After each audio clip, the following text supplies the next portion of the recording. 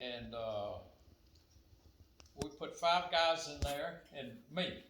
Now, where were the guys who was part of the? Are they in the He army picked too? them up. Picked Al them up? picked them up. Yeah, he went around the Baker Village, Baker where Village. they lived. Oh yeah. And Evelyn and Gail, I think Gail was born then. Yeah. What year was Gail born?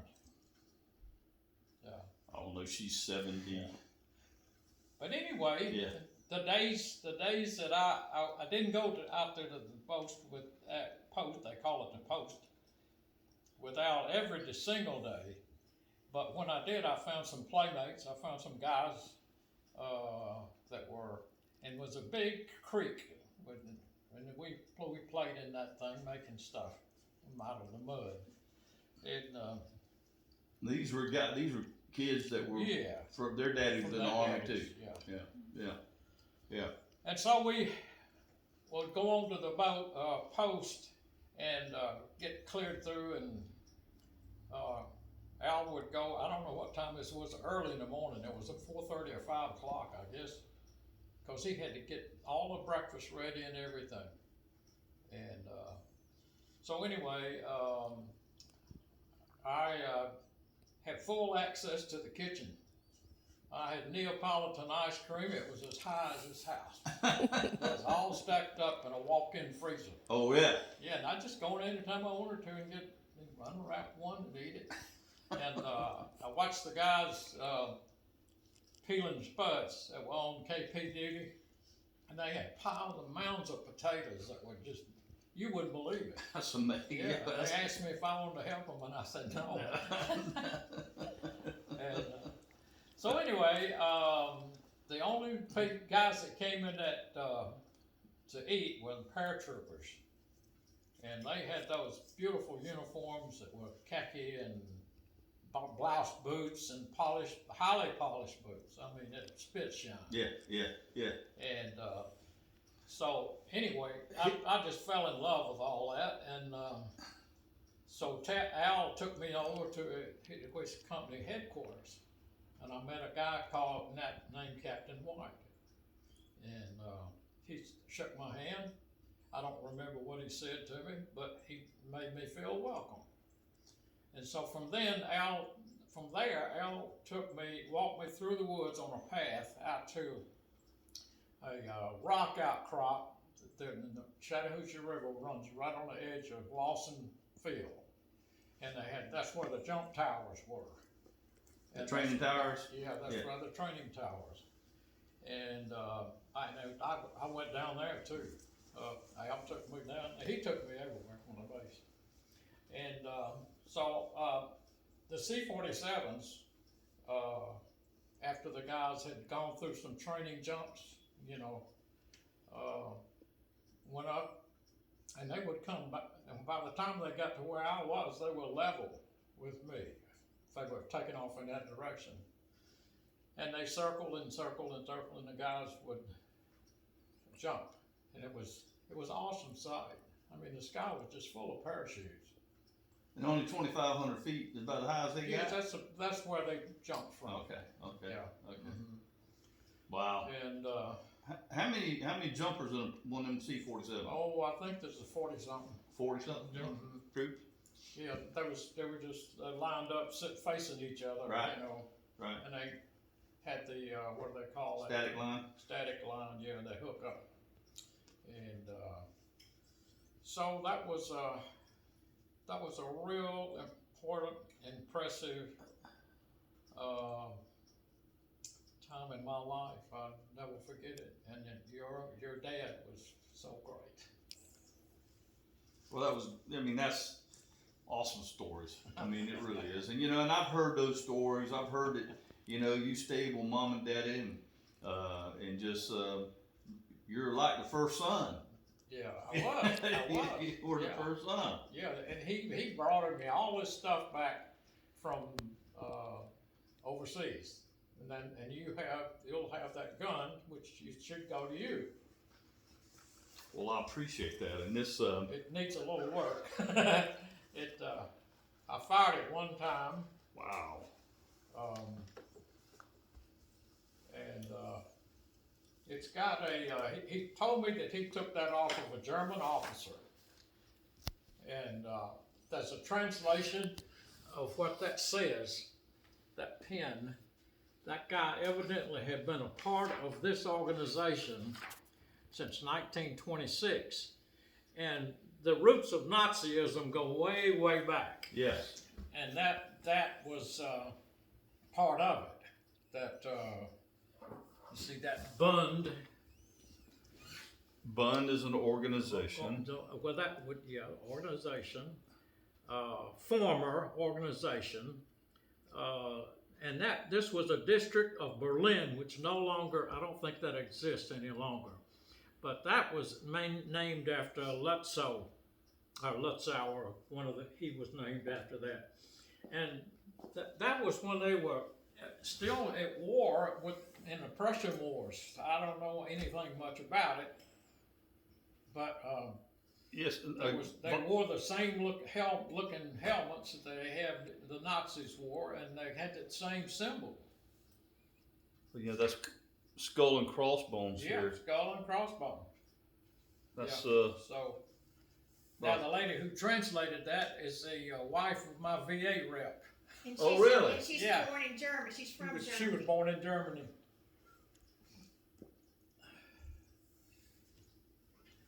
So it's going to be missing, hard to find it, one of that cover.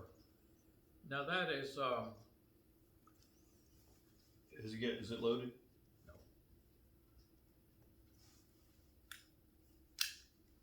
Man, that's a It's little 25. 25 caliber. 6.35 in metric. Yeah. He also brought me back a flare pistol. Oh, really? Anyway, I mean that thing is huge, and I don't know what would have happened to it. I think when Mama and Daddy died, and they went down there and to distribute to set. Yeah. Give each other whatever they wanted. I was not able to come because it was an ice storm. So I don't know what they did with it. You got displaced, huh? Yeah, but I've had that ever since after he got in 45. Really? Yeah. Mm-hmm. Yeah. Man. Yeah. That's a collectible It for sure. is right there. Yeah, I've looked it up, and that's one good condition. They're highly desirable. Well, he brought back a 9mm pistol called Radom. It was made in Poland after the German occupancy. Yeah. P1 or P38. Well, it was a 9mm. Yeah, I know. And he on the gun, it had swastika stamped into it. Mm-hmm. Well, somebody broke into Mama's house and stole. Oh no! And stole. He had a double-barrel 12-gauge shotgun And a 16. and a 16. And somebody They stole got those. them too at the Got same them. time. Yeah. Now, I went hunting with him and Joe Sullivan, and we used those two guns. And went squirrel hunting because the 16 gauge was a full choke. Yep. 36-inch barrel. Yep. And you could blow the squirrel nest just completely literally up at 60 feet.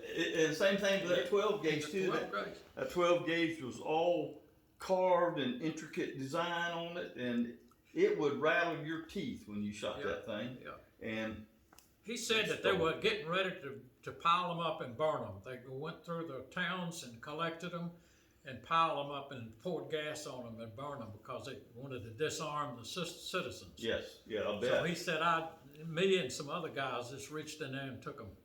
Well, they probably won't let you do that anymore, though. Oh no.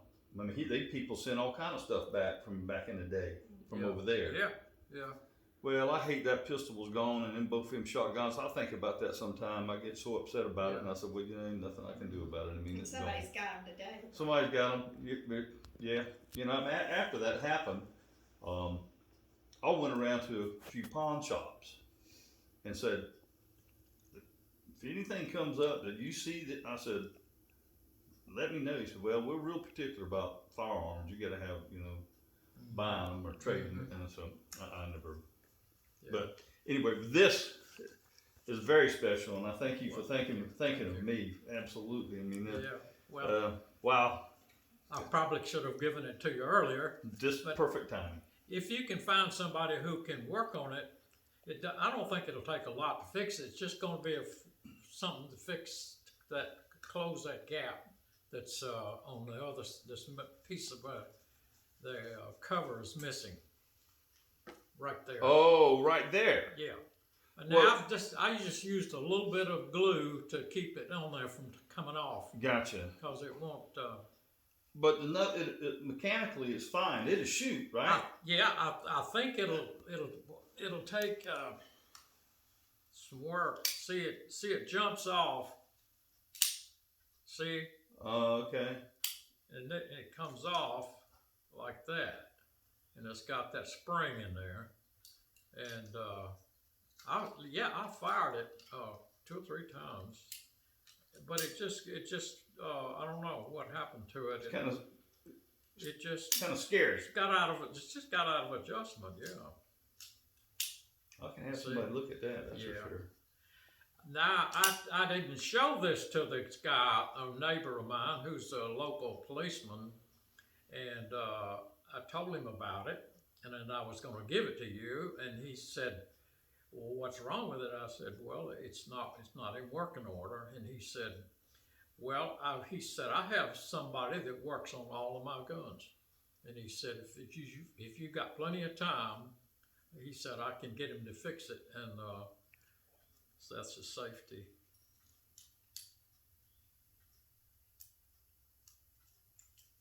Yeah. So anyway, you probably have somebody you know. I can't, yes. I know people that, a lot of guys I know are in the guns and have their own personal gunsmith, you might say. Mm-hmm. It does kick up there, doesn't it? Mel, I want you to tell Johnny if he has not heard the story about Al coming home. Oh yeah, he's heard it. You've heard that. Evelyn stayed with us, a long time. For a long time. Yeah, well, Gail was with her. Okay. And so Al knew you had to have a certain number of points in the to come home. Okay. And he was in a certain order based on the numbers but he went in late in the service, and Evelyn told you some stories about his mix-up or something that he got out, and then they called him back. Right. But anyway, that determined the number of points he had, and so he was one of the last. I don't know whether the last one or not, but we all were just waiting and waiting and waiting. Evelyn was at their house. They were all at Mel's house. And so. And in Joe DeMay's house. And the bus station was just up the hill from us. And well, what town was that? Thomaston. Okay. And on Green Street. So on Green Street, yeah. Okay. Mm-hmm. And we were all sitting around one evening. Just I don't know what, we were sitting in the living room like we always did after supper, and we heard some footsteps on the front porch, and a knock. And everybody looked at each other. Could that be Al? And so I think it was Shirley and me went to the door. Now, how old and were you opened then? it, and there was your dad standing there. And Evelyn just went berserk. Oh, I bet. She did. Yeah. Yeah, there was really something. And so we got him a room. My dad got him a room at the hotel, Thomaston. And they went there for the night, and they came back. And all of their stuff came in the most beautiful boxes, wood, crates, and we put it in our old garage. It had a coal shed on the side of it, and we took the boxes all apart, and they gave some stuff away and to our family, and he had brought us some stuff. Yeah. I met your daddy. Did you know that? I did. When? I surely did. When was it? We went down and met them at a park. Yeah, and then we went to, Lunch with them. no, we went to, Red Lobster. We sure did. We did, yeah. In Tampa? I think it was in Tampa. Yeah, wherever it was. I remember Well, I'll that. tell you what else he did. When I went to summer camp at MacDill, 2 or 3 of my buddies and me, I called your dad, and he said, come to this place here, this restaurant, and I'll meet you guys there. And he came from whatever he was doing, and sat down and talked to us for an hour or 2. Now, how old were you then? Were you just in? I was a junior in college. Okay. Yeah. So Okay. I'd have been about 19 or 20. Okay. And so I don't know, you were there, you were at home. And I came out one night and spent the night with y'all when I was at summer camp. They let us out to go where we wanted to. Gosh, what was I? You were little. I must have been, well, because I'm 70 now. Yeah. So I was little. So that would have been in 51. Right, I was about a year old. I was born in 50. Yeah. I was a little dude. Yeah. Wow, I don't remember Yeah. you there. Yeah. I don't remember you very well. But Well, I never heard I remember that having story sitting like down your around parents. the table, and Evelyn serving the lunch and the dinner, and in a little house that was made out of concrete blocks, I think. Yeah. And it had a sun jalousie windows on it. We called it the Florida room. Florida room. Yeah. Florida room. Yeah. Daddy added that. He added that after they, he added that on. Yeah. Yeah, that's where we ended up. That's because it was a little house. There was only 3 bedrooms in there, and there was 7 of us living in that house. Yeah. So. Yeah, I remember it was very small. And I was raised by 5 women, so. Yeah. My sister and my mama, holy moly. Yeah. Me and my daddy didn't stand a chance. I remember he and Evelyn, they got a brand new Buick. It was a torpedo body, and they came driving up to Thomaston in it. And he let me drive it around the courthouse square, and I was waving at my buddies. And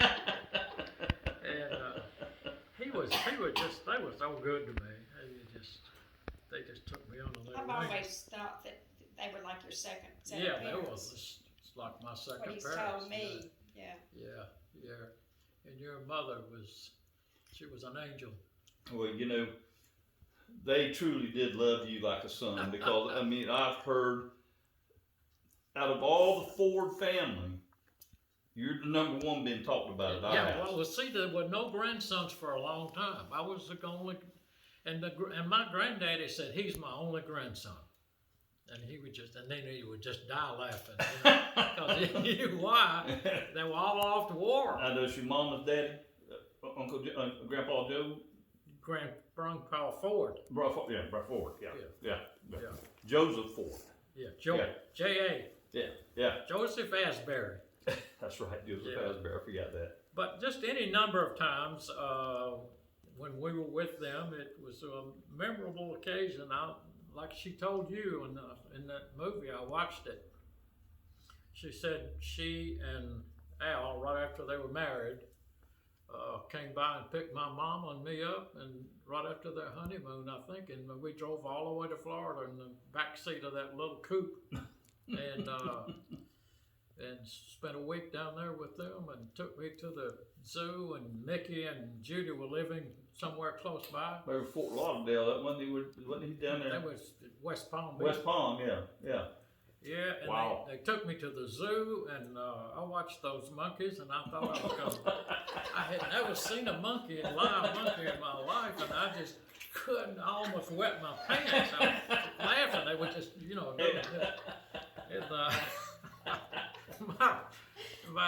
and Mickey took me to the rodeo. Really? Yeah, and I just remember him picking me up and slinging me, and throwing me like. But I was I don't know how, I must have been 12 by then.